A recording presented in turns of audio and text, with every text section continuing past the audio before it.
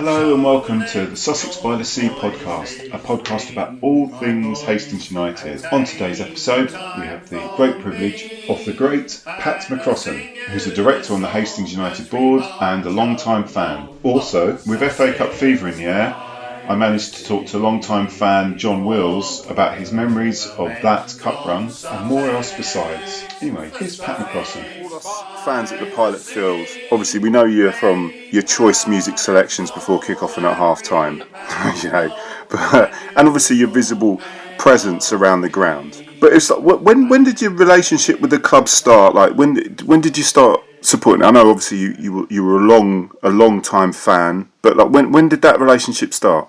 Well, I mean, some of my involvement with the club was very sporadic back in the sort of mid-90s. I lived in Canterbury, and I had my brother-in-law and my sister lived in Downs Road, which is just opposite the ground. Yeah. So I would come down and visit them, and occasionally, if I'd got it on a Saturday, I'd come up and watch a game. Yeah. So it was very, very sporadic, and there wasn't really a connection as such, other than I was going to go and watch a football game. Yeah. It was when I moved from Canterbury in 2001. Yeah. My mother lived in Hastings and was quite elderly and frail, and I just wanted to sort of move to the area so I could be sort of closer to it. Yeah, natural family thing. Yeah. So that came about, and in my first few weeks, I thought, well, I'll go up and watch the football. Yeah. It was one of those games where you really would rather forget it. And, well, I obviously have, because I can't remember the game. You remember the score, though? It was about 3-0. Yeah. 3-1, I think it was. And anyway, I was talking to a colleague at work, because I actually worked at the Conquest. Yeah. And they said to me, look, you've got to give it another chance. Said to go up to a game, and if you don't like it, I'll give you your money back. Oh, okay. And I thought that's quite a good deal, really. Yeah. No lose there. Yeah. And I went back up. This was about 2002, 2003 time. Watched the game and actually got quite into it and thought, because I've always loved football, got quite into the game, and I thought, I'll come back when I can. Yeah. And then gradually over the 2003-04 season, I became more and more regular. Yeah. And then in 2005, this is the 5-6 season, I began to start helping out on the grounds, just doing the odd thing, really. I remember Simon Rudkins at the time was the programme editor.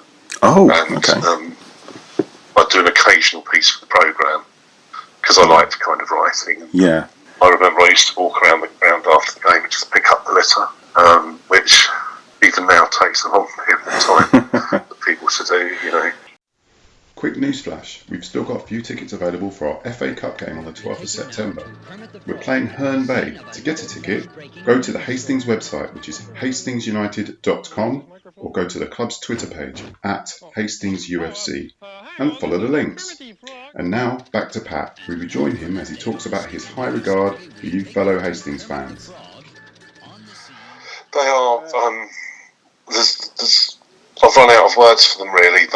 They give me great joy. They never cease to amaze me. We could go to the Moon to play a friendly, although probably Ham's Travel, the coach company, would probably charge a bit for a friendly that far. But we could go, we could go to the ends of the earth, and I'm sure as the players walk onto the pitch, you will see them behind the goal, with their flags, with their drum, singing loud and proud.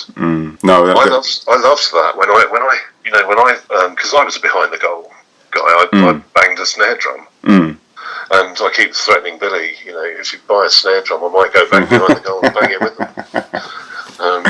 And he's thinking of it because I loved that atmosphere. Yeah. There are games when I quite like to sit in the stand, and when you want to study something, but you really want to study the play from a different angle and an all-seeing angle.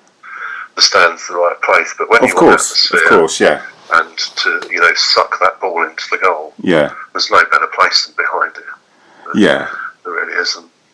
Like the supporters club, independent supporters club. like actually like we've been really switched on this year, and a lot of people there have done a great job. And the sign-up rate, I mean, I don't know if you know, Pat, I don't know if your daughter told you or not, but like we got tons of people signed up to it now. Yeah, she's very pleased with that. I know that Adam is, and that's the reason why I actually signed up for it, because I actually thought, you should be honorary member. You should be the honorary chairman. I was made an honorary member once, yeah. But I don't know where that piece of paper. Yeah, you need to find it. You'd have saved yourself a tenner. It was written on the back of a backpack. Yeah, probably. But I just thought, there's no better way of sort of endorsing something by actually paying and becoming a member of it yourself. Saying, look, this is a good thing to join. Yeah. And I think I was chairman quite a few years ago. For a couple of seasons, and I was lucky there was a really good, strong committee. Yeah. And it's a bit like I can see the committee now, the direction it's going in. Yeah.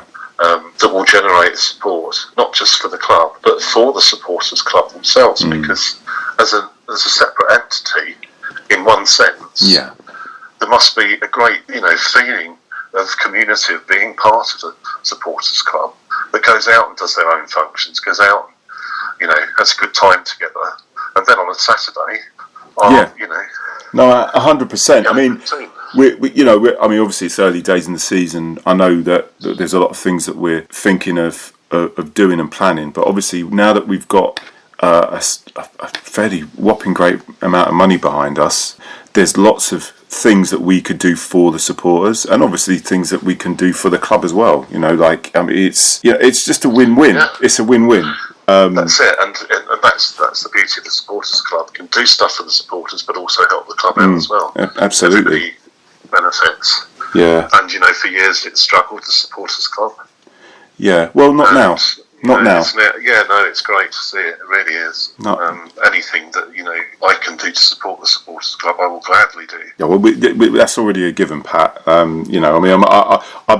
personally don't really know you that well, but from my interactions with others and what I saw, particularly the last season's talk that Chris gave, your passion for the supporters came through very strongly, so that's just a given.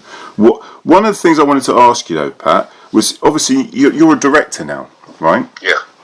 So how did that sort of transition from being a fan to a director happen?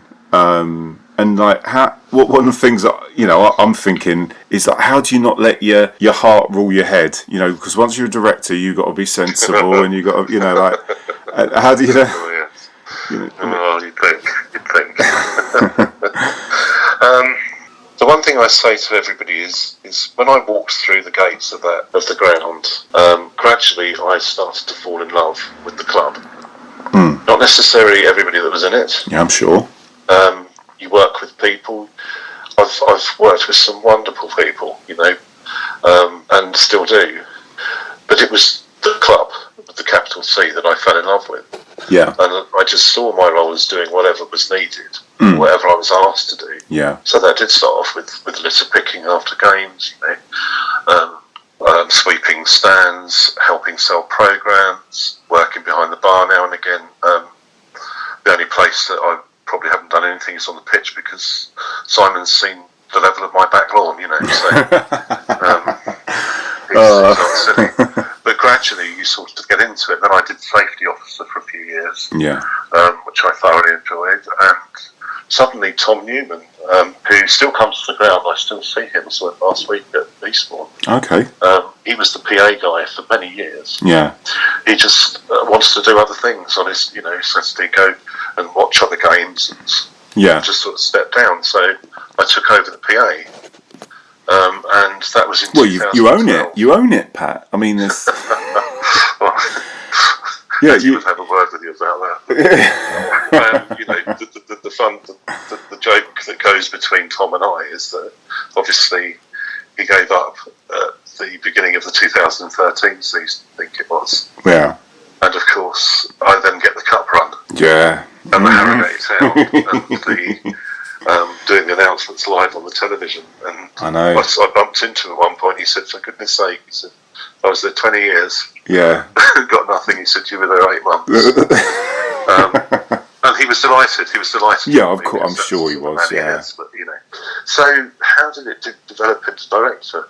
I mean, when Dave Waters was chairman, I used to tease him. I used to say, "Go on, make me director," in fun. Partially because, really, there was a bit of me that wanted to sort of be part of. I'll take on a more managerial role.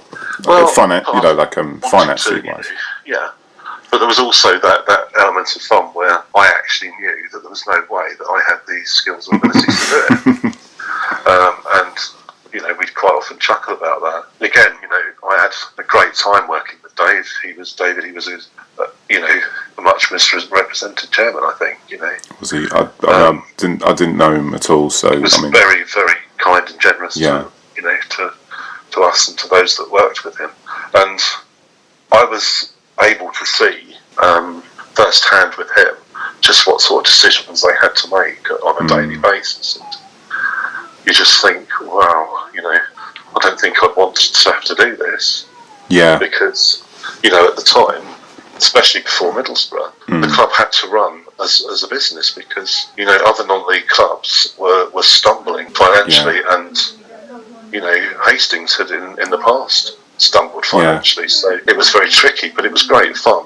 And I guess when Dave left, I was quite sad when he left because he'd been such a big part of my joining the club. He'd been the reason I did it for those years, as well as the fact that I had this part of me that was now attached to the club. Yeah. If that makes sense. Yeah, of course it does, yeah.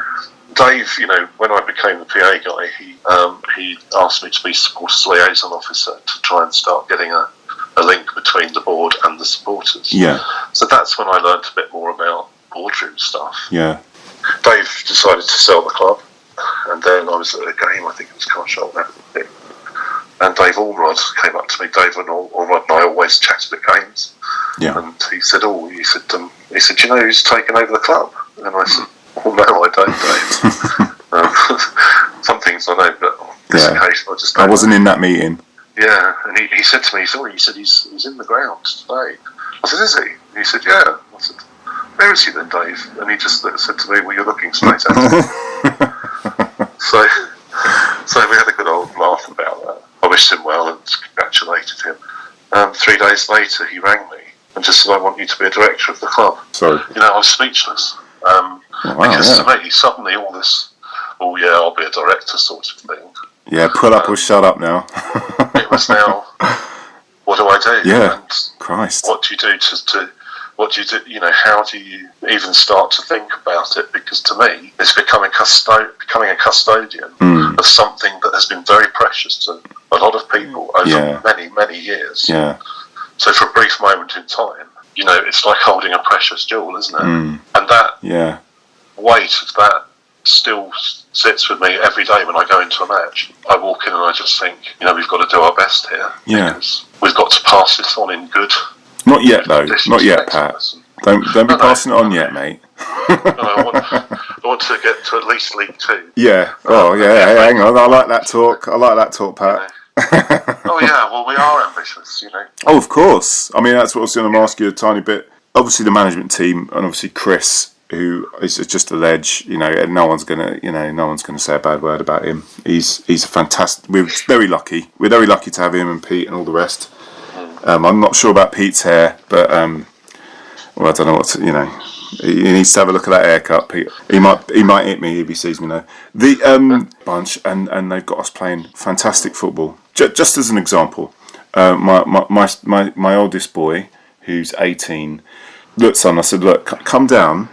I guarantee you that you will be impressed. Yeah, I guarantee you, because there has been years that I've gone before where it has been shocking, the football at the Pilot Field. Yeah, my son came along, and he was like, what, this is really good, and I'll come again. And I have managed to get him to come to some games, and he's coming the cup game. When's that? Saturday, isn't it? Is it week Saturday? Yeah, week Saturday. Yeah. So week Saturday. Yeah. So it's not just us being massive fans this is the reincarnation of Brazil because we're biased. There is other people that have no link with the club that are like, this is really good. This is football in the right sort of tradition, played with passion and skill. At least since Chris has been there, but even before to an extent, but definitely since Chris has been, we've been spoilt. So there's my gushing praise. Obviously, you agree with that? Absolutely. Yeah. You know, the brand of football that we have is a joy to watch. You know, I'm sure you have as well, many a time I've had away supporters come up to me and after they've been thumped saying, my goodness, you know, I'm disappointed we lost, but, you know, the way you guys were playing. Yeah. Chris studies football to the nth degree. He's meticulous about his football. I don't think I've really met anyone quite like him, and that's no offence to the previous managers we've had, because every manager's different. They all bring something different to the table, you know, and pretty much all of them know more about football tactics than I do. Oh yeah, that's not, you know, I love football, but you know, put me in charge of a team, and it's probably going to start dropping all the way down. So they all bring different stuff to the table. Yeah. What Chris brought was something completely different, you know, and a pressing style of football, playing out from the back, you know, starting moves off right from the back, patient passing, going building and building, then pressing and pressing. Yeah, and it was just incredible to watch, you know, that sort of Guardiola, and I will say Bielsa kind of approach to football. I wondered when his name would come up. Yeah, got a shoe on him or something. But just incredible football, and that then generates lots of things with it. It generates confidence in the players. They win, then they win, and then they win. And when they keep winning, you kind of forget how to lose. Just like if you keep losing. Sean Ray said this once to me. You know, if you keep losing, you can't remember how to win. Yeah. And if you keep winning, you can't remember how to lose. That was building in Chris's first season, and then last season really caught fire. And then, you know, bringing in Billy, who is like a tornado with his enthusiasm and his, you know, his just positivity, if you like. Yeah. That the football getting better and better and better, if you could get better and better, building up momentum. People are coming in, they're getting engaged, they're talking about us, because we're not just the team to beat, we're the team to watch. Yeah. That's definitely a massive point there. We didn't know how to lose, really. I mean, I remember that. Oh God, forgetting the away game, we were losing 2-0, and we just having an off day. And Kenny Pogue. Oh, was it 7? Was it 7? And Kenny Pogue came on. Yeah. Oh, and obviously George had his top off, and there was all sorts of shenanigans, and we still didn't think we were going to lose. And you know, and you could say, all right, yeah, you know, Chris has thrown Kenny on because he knows that we're going to have to, you know, we're going to have to get a bit direct here. We're struggling a little bit. The players just, you know, it was just a happy memory. So he knows how to adapt. Yeah. In my opinion, you know, we play a certain way. Everybody knows that. But more and more, well, not more and more, but I have seen more examples of games when he's decided to just change that slightly and go for it in a different way. So Whitehawk, yeah.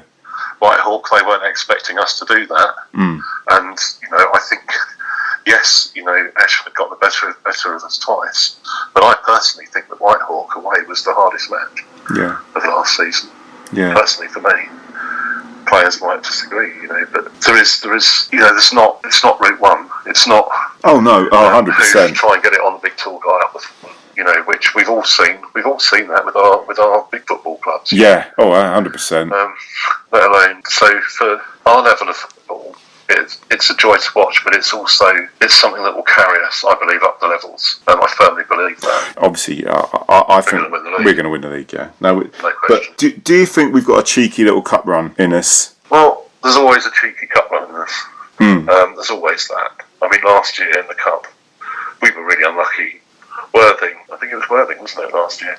Yeah. Went to a replay, and really, you know, if the linesman had actually got a pair of glasses on, you know, that replay would have gone to penalties, and I think we probably would have got something. Weymouth, a disallowed goal, which I thought was a bit questionable. Yeah. I thought that was a perfectly good goal. Only lost 1-0 against a team 2 leagues above us. Yeah, it was a good showing. You know, near the top of that league, who actually have now got themselves promoted out of that league. So we really were, unlucky in the sense that, Weymouth was always going to be a tough draw. So you go to somewhere like Weymouth and you come away losing, 3 or 4, you just think, oh, well, we've played a team 2 leagues above us. Yeah. But we were never going to. We went there believing we would beat them. Yeah. Absolutely believing we would beat them. And we're disappointed that we didn't. Well, and that's a completely different mindset. Yeah. Mindsets of years gone by. Well, it does come across to me. I mean, I don't know Chris at all, but he does come across to me as someone who would want that type of game. He'd want that. He want that team that's 2 leagues higher, because he wants to test himself against better opposition. Yeah, he likes a good test. You can see that. I mean, I'm sure he would gladly talk to you on your podcast as well. Because he's that's fantastic. He's that kind of guy, but he does love a challenge, and I think you've got to have a manager that does like a challenge, haven't you? Yeah, but you want someone who's hungry. It's like like the players, isn't it? We've obviously I've been talking with Daniel Ajikai, who obviously has moved up, and you want people that are there for the right reasons, but also are in that position where they can go up the leagues. Yeah, we don't want a team of journeymen. We want hungry players, because that gives them a good example to the ones underneath that actually, look, you're going to go through this club, you're going to get better, and if we can't, which is the only reason we didn't go up was because of the obviously with COVID. I'm convinced we would have gone up. That if you can't progress with us, we're going to let you progress with someone else. Here's my chance to be controversial, I suppose. Go on then. But we did not go up because of COVID. We went up because the league made a knee-jerk reaction. Well, yeah. To null and voiding, when other leagues we have seen waited to see what happened and then finished it on. I know, it's annoying. PPG. I mean, now I don't run a league, so I have no idea what that entails, and people have to do the right decision at the time. I personally was quite vocal about that decision. Yeah, I remember. I think Chris was as well. Chris had a few words about it. Because to us, it was just nonsensical. It was a cheap way out. Yeah. I mean, other teams... There is other teams that were spanking the league and it got voided. I mean, it's a sad hope. Personally, my hope of hopes is that all the sides that should have gone up last year go up this year. But sometimes it doesn't work like that, does it? No, and one thing obviously COVID has done is make it very challenging for some clubs to even exist, exist, let alone maintain a budget level that they did the previous season. So it is going to be interesting when the league starts again to see, who's got what. I always say this: the first 10 games are where you really find it out. But it's very true. So I noticed we start off with, Cray Valley again. Yeah. Although we've got them at home this time, they're not going to be an easy team to play. No, of course not. Bring anyone to the pilot field, and I absolutely believe that we will, well, yeah, a really hard time. Well, the 12th man will be out in force. So yes, and that's the atmosphere at the pilot field is great nowadays. Yeah, and it helps with crowds of 700 plus. Yeah. Oh, well, of course. And hopefully we'll get back to that. Yeah. Sometime. 200 for the ladies last week. Well, yeah. Actually, I wanted for the women. Yeah, How great was that? No, it's unbelievable. One of the things I wanted to... I mean, do you mind, Pat, if I keep you for another 5-10 minutes? Is that okay? Or do you need to go off and do... Yeah. Cool. It's an incredible achievement to set up a viable squad in such a short space of time, and the club seems to have really got behind it. And there's been such a positive response. You've just said they got, straight off, couple of hundred. They're closing on that mark again for the next game. That's what I mean. It's great. It's something that I've wanted for quite some time back at the football club, it was certainly being discussed. Billy comes in, and again it was discussed, and Billy's very much right. We've got to do this. Yeah, which I was delighted with, and Billy has really, really team, get onto their feet and get people in and get signings, and they've made some great signings, some really exciting players who, I love this time of the season. Years and years ago, you'd have to learn all the players' names. Yeah. Sometimes because new managers, if they came in, they would want to change. And, we have such a stable flow of players now. Because Chris has been able to develop his squad how he wants it. Yeah. So there's the odd change here and there.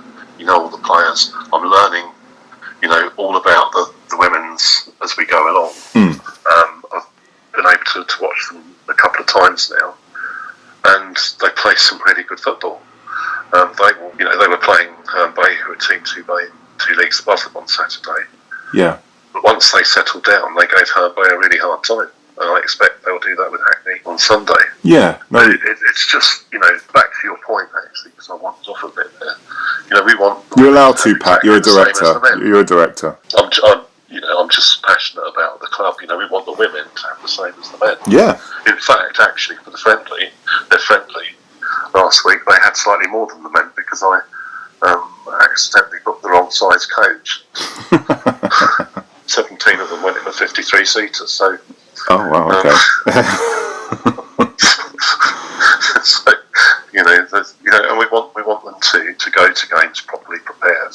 Yeah. And to have, it's not about giving them kit and saying, there you go. It's about them being a part of it. Part of the family, because we want to appeal to the whole community. And how can you do that without the women's side? We've got the youth, we've got the academy, all functioning really well. The academy's really exciting. Yeah. Great products coming through. There was just that bit missing, which we've now got. So no, that's really good. I mean, I haven't been out. I wasn't able because I couldn't see them last week, but I'm looking forward to that. I'm trying to drag along some of the family as well. I mean, obviously with our limits at the moment of 200, but that just shows you where we are really. That there'd be a lot of clubs that are like, we're not selling 200 tickets, whereas with us, they're gone normally. Do you know what I mean? It's within a few days. On the subject of tickets and on the subject of the women's game, this Sunday, the 6th of September, Hastings women have got Hackney in the FA Cup. There's still available tickets on the Hastings website, which is hastingsunited.com, or go to the club's Twitter page at HastingsUFC, and if you could follow the links. Anyway, back to Pat. We join Pat again as he touches on the potential of our proposed move to Tynekiln and on leaving the pilot field. Well, I mean, the latest, as I know it, is we're obviously waiting for the final plans to go into the council, but that again is Billy's department, and obviously Darren, they deal with that. So dates I couldn't tell you, but I know it's due to go in soon, very soon. Okay. Your feelings on, I mean, because I do get this from a few fans. It was a bit like the badge on the shirt. Great. I mean, I wasn't great with the badge on the shirt, but yet I was one of the first people to buy the shirt. So it's. But the leaving the pilot field, it's obviously mixed emotions, isn't it? Yeah. It's progress. It's progress, but at the same time, it is in a way, but like it's a lovely old ground, and compare it to most of the clubs that we go, when we're going away, they'd tear their arm off for a ground like ours. But any thoughts on that? Well, yeah. I mean, of course, I'll be sad about the pilot field because I've not, I suppose, spent the many years to be attached to it as some people have. I know people have been there 50, 60 years, but I'm still attached to it because, as you say, it's almost an iconic stadium in its own way. But going back to what I said about, custodians of something in a moment in time, we have to make sure that is still there in another 100 years' time. Yeah. How to do that is best served by being at a purpose-built stadium that can generate its own, generate more income through all the facilities that it has, that can become a hub for supporters. Because as our support grows, our facilities need to grow. Yeah. And of course that ground can grow. There's capability for that capacity to increase as and when it's necessary. So it's about building for the future. Oh, of course. And sometimes, as much as we all love the pilot field, but it's just not going to be able to happen there. Yeah. So, yes, it's very sad, but what's coming out of that is something that's going to be incredibly exciting. Yeah. You know, just an amazing development, and, you know, I'd say here and now, you know, amazing work by Darren Burney, but also David Nestling has put an awful lot of work into that. And, you know, now Billy's also putting his input in. So it really is an exciting time, I think, to be not just involved in the club, but be around the club. Yeah, no, I completely agree. I mean, that's obviously some, you know, change is difficult to some people. And, you know, I'm thinking of a few people I've spoken to who have been going since like the early 80s. You know, but it's progress. Yeah. It is progress, and it's what we need. Look, yeah, and I get it. I get why people will feel like that, you know, and I certainly don't underestimate how they must feel, because, you know, you do get attached to things. Yeah. But then I think in 100 years' time, there's going to be two people on the end of the phone having the same discussion. Well, it won't be a phone, will it? It'll be, I don't know. Or some kind of rocket charge, satellite device, you know. But you know what I mean. We have to make sure that Hastings United is viable to the future and a long-term prospect. Pat couldn't finish off this interview without talking about his beloved Leeds United. So, Sir Pat, your mighty Leeds stormed it in the end. Is his picture up on your wall? I mean, the finest coach in all of Europe, or what's behind Chris, obviously. Behind Chris? Yeah. Well, I mean, he probably watches Hastings United matches and learns how to do it. He certainly, you know, he took a team of bang average championship players. Yeah. We were being managed by, oh gosh, can't even remember. Because you went through a few managers for a while, didn't you? We had about 9 managers in 2 seasons. And Paul Heckingbottom.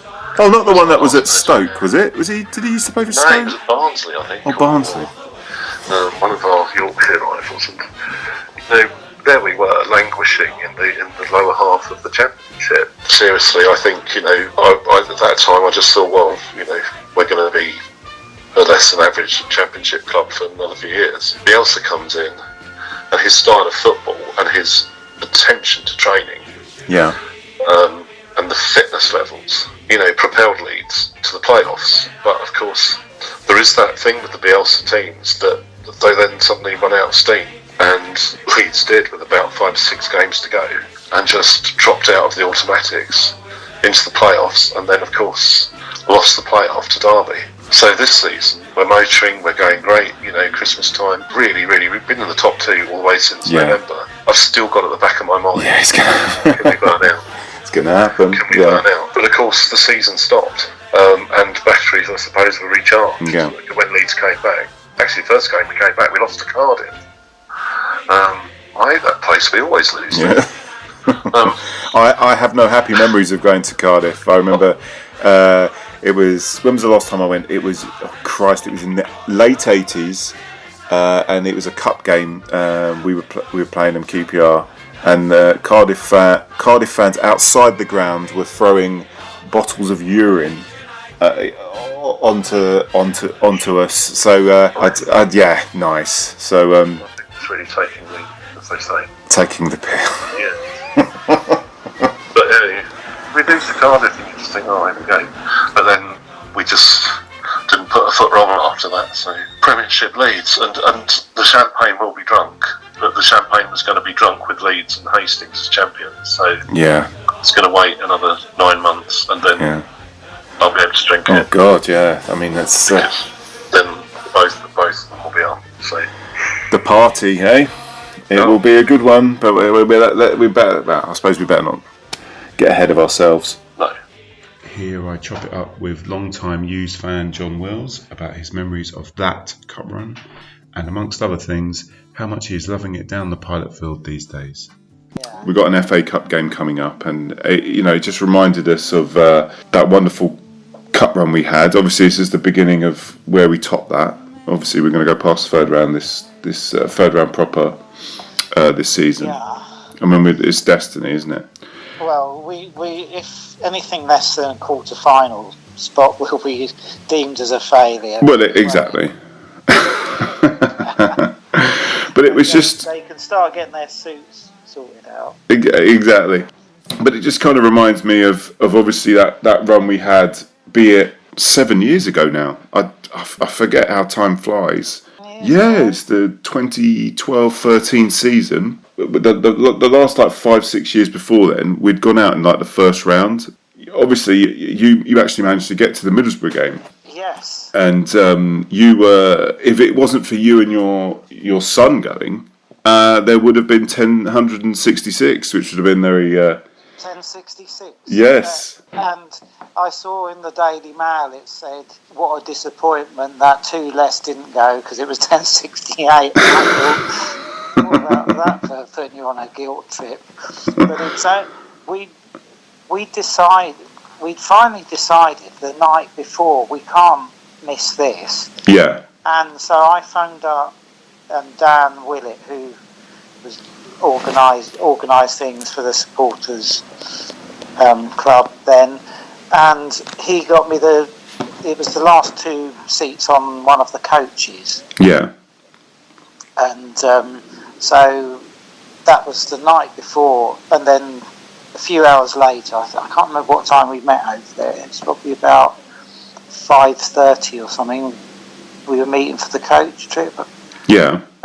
Something ridiculous early hour, and that was it. We were on there for the 10+ hour journey.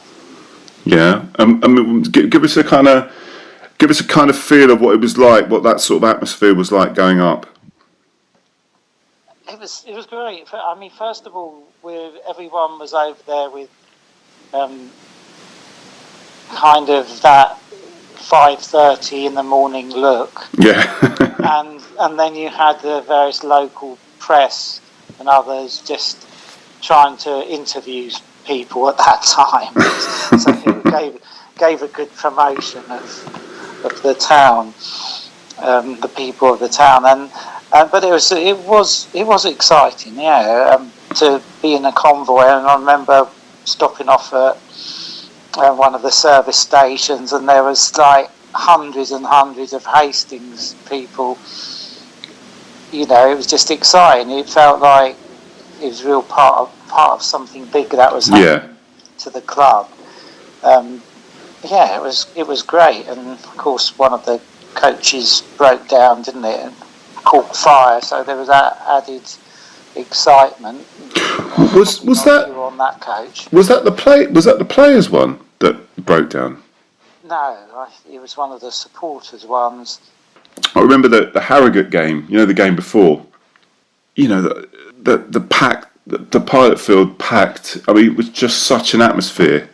I mean, to be quite honest, it was amazing. I mean, they for safety reasons, the police limited the ground to 4,050, and yet they could have easily got another 2,000. All the tickets went, and I think that for me was more amazing than actually being up at Middlesbrough, although they were both phenomenal events. But just to see the Pilot Field packed out with that sort of crowd, I was in the stand the first half, and then for the second half and penalties, I went over into the cowshed. Yeah. And it was just packed solid. You couldn't move, and just you can imagine what the penalties were like. Well, yeah, no, I was down there, John. I did literally the same thing. Watched in the stands, halfway line, was watching the game, and then obviously just before penalties, I managed to go behind the goal, and I just one of the funniest things about it was obviously the goalie, Matt Armstrong Ford. Yeah, naked butler. That was his line of work, wasn't it? Get out of it. Anyway, so obviously Matt Armstrong Ford was he was injured, and he was playing injured. Heartbreaker because. Well, yeah, because he missed the Middlesbrough game. I think it took him about an hour and a half to get onto the pitch because he could only do a right turn. But what was funny, and they kept kicking it to his good side. I mean, he was so brave carrying on anyway. Amazing that perhaps they weren't aware of it. I don't know. Or I don't. Well, maybe they were just like rabbit in the headlights. I mean, and obviously when that last goal went in for us, I mean the scenes are, you know, I don't know if you got on the pitch as well, but I just remember running on. If it hadn't been for my arthritis, I probably would have done. Yeah, I mean, it was just so nice. I would have been on. It was just not, you know, it's just people genuinely ecstatic, wasn't it, for the club and the achievement. And just jumping around like silly sods, to be honest. It was quite funny to watch. That whole thing, what it showed is that the potential to have a big club well supported in the town is there. Because, 100%. You know, from 400 average home crowd, a bit of a glimpse of success like that, and suddenly you have over 4,000 in the pilot field, and then you travel with over 1,000 people. You know, so the potential is really there, and that's what I think is good about the current drive. You know, from the players, the manager, the CEO. It's really tapping into that, isn't it? The potential's there. And I also think what they're doing right at the moment is keeping that link with the supporters that have loyally gone through the lean times, you know. But I sort of remember from back in the 70s when I was at school going up to the pilot field, and we were getting home gates of around the 600, which was higher than those around, you know, those on the same tier. The big games were like Barnet then, or Maidstone, and it just reminded me of that when some of the good old team, Mickey Westber, Malcolm Streeter, Jerry Armstrong, all those ones. You know about Jerry Armstrong, don't you? No, I don't. He was our keeper, really good keeper. Yeah. A lot of interest from bigger clubs. But he ended up as a Wimbledon umpire. Oh, well, tennis? And he was one of the ones that McEnroe abused. Oh, so that famous, when you can't be serious, that was a Hastings United ex-player being abused? Yeah, it was in that same sort of... I remember at the pilot field breaking his arm one match and the ambulance coming onto the pitch. But that was the days when a mist would descend over the pilot field, and all you'd remember from the game, because the football was that Don Revie era of football, but all you'd go for, you'd remember, you see this mist and you just see fists exchanging blows in the centre circle. It was a mass fight almost every game. No, I'm probably exaggerating. Yeah. But it was a good feel to the club then. So you've been So I mean, we've gone a bit off topic, but you've been going since when? 74, something like that. So wow. Around that time. Yeah. Particularly to do with the cup run, I suppose. It was, I think we've spoken about some of it. It was just that vast amount of supporters that went up, just the feel that you had being up there, singing while you're getting your pie and beer in the stands there.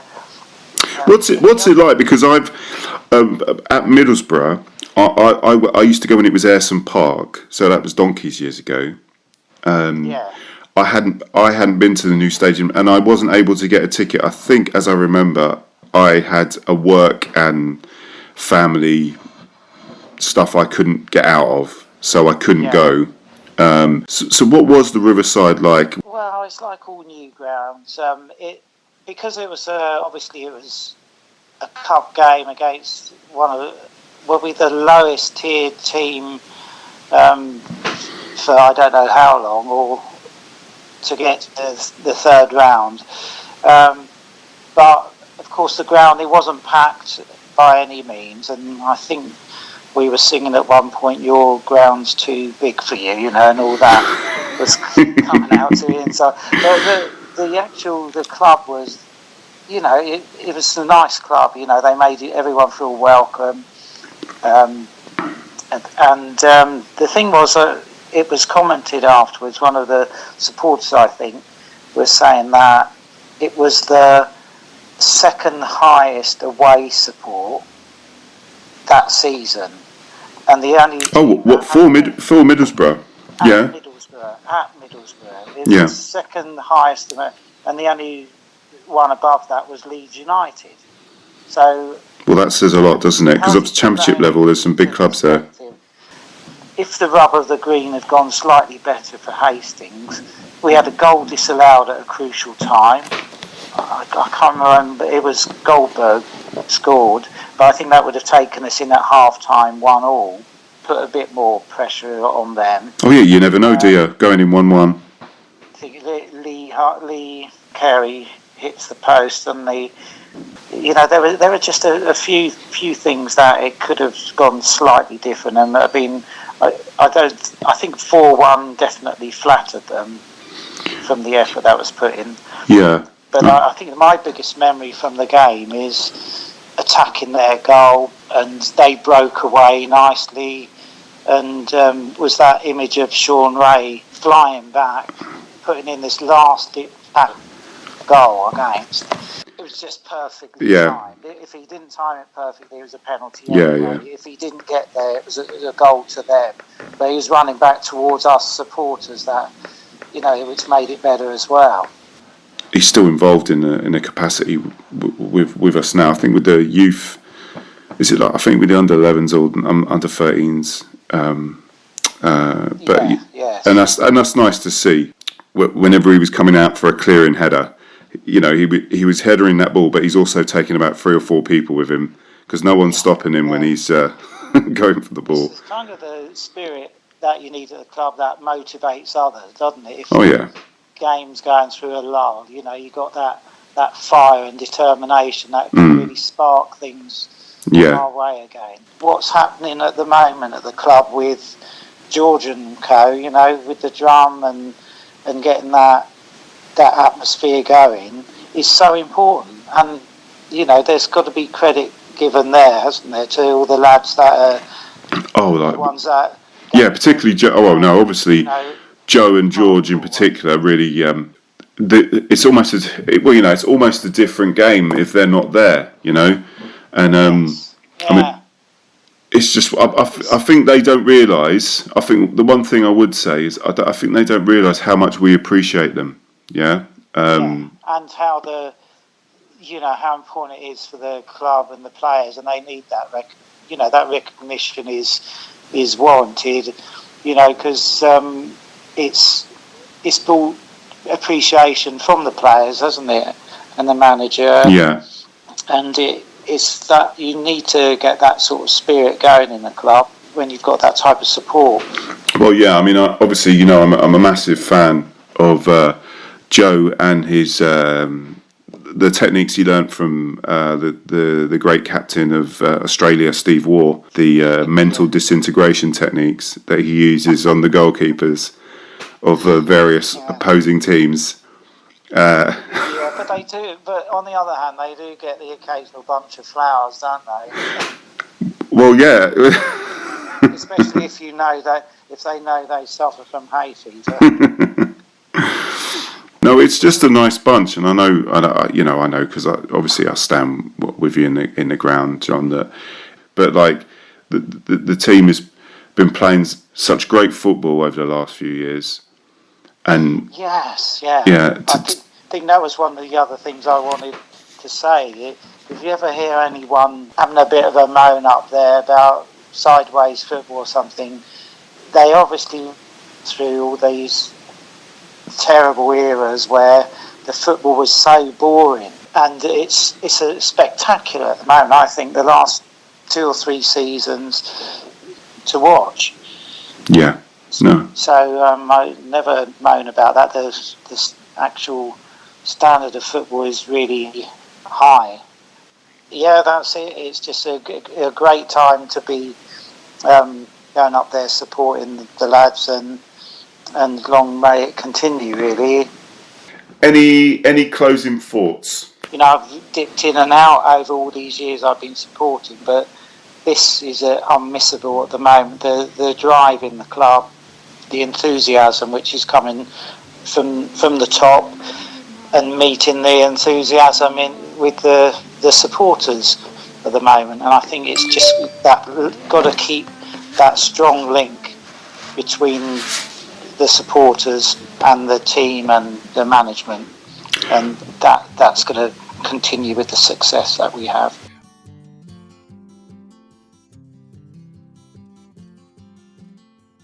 Oh man, look at my life, 24 and there's so much more. Live alone in a paradise that makes me think. Thanks for listening. And remember, if you want to get involved or want to make any input, it's really important I hear from you fellow fans. And the email is hufcpod@gmail.com, or on Twitter @HUFCpodcast. That's @HUFCpodcasts. I look forward to hearing from you. I've been your host, Chris Laverick. Have a good week and see you at the game.